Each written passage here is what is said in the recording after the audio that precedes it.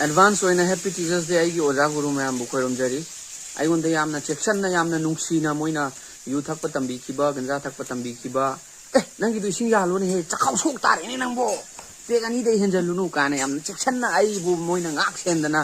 tobi ba oja mayam adagi ganja thak pa tam da ei kangkal la chinganu hani chup to ha lo ka na ko yam thi na ai bu moina soi khidra kadai da kaino to gidra ne yam pakhat na moina ko adagi chanam du kai lo si ge yarum lo dana ade mangan lo ki asan mai chanu ka to yam na yam thi nu si moina ai bu takpi tambi dana ai ngasi yamna awang ba thak te yo re ngasi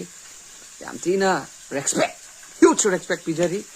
adu dalai ri handa ki teachers day nu michida angang na jagoi sa bada akoi gi na do na sum in sin bani si sai am lai re ko adu ga jadu mantar ana jantar tan tar ti ti si gi sai ani si da jagoi sa ra bano ina kai to ge